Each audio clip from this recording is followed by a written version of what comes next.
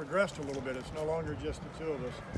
That's why I'm saying thank you so much. We used to be out here for a good 6-8 hours. Yeah. It's even dark.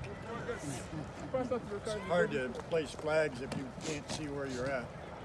I definitely want to give a shout out to Sugar Shack Donuts. Martha and Tony hooked us up, that's for sure. So make sure to take advantage of the coffee donuts, help yourselves. There's a cooler with water over there. I want to thank VFW Mechanicsville Auxiliary Post for their donation of flags as well. So the Cabin on 360 and Commonwealth Researchers of the Paranormal, which is our team, holds the event to raise funds to buy flags, which is why we have so many flags to cover our butts.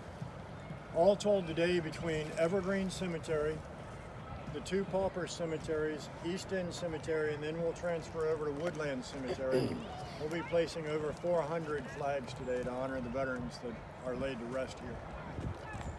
Every theater of war the United States has been in, dating back to the Civil War, is represented on the grounds that you'll walk today. Every theater of war. Up to Operation Iraqi Freedom, and she's laid to rest up towards the front. I say she specially because it's the only female grave we know of out here. One. When you think about the fact that we're going to place nearly 250 flags just in these cemeteries right here before we even transfer over, one female.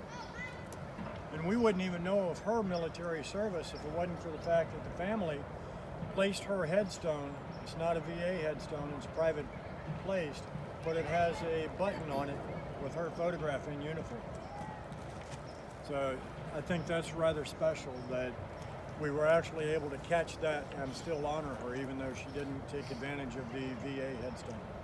Some of the headstones that are out here you're going to find are broken. We can't tell what their name is. That's okay. Just reference them as thank you for your service. So generally what we'll do, approach the headstone, pull the old flag. It's been up since Memorial Day.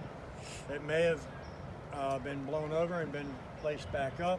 As we all know, any flag that touches the ground gets retired properly, which the VFW Auxiliary Post will be taking care of for us, along with the Boy Scouts, I believe. Maybe. Sort of. But they'll be taking all of the old flags and retiring them for us properly. It used to be me doing a prayer with them, and then I'd put them into my fire pit and bury the ashes in my backyard. So basically my backyard was a lot of ashes. One of the soldiers out here that I love to talk about because it's such a cool story to me is Captain William A. Hankins, who served in the Spanish-American War. Now, the biggest majority of all graves out here are of color. Prior to 1900, this cemetery was formed by the black community because they couldn't be laid to rest in Hollywood Cemetery in downtown.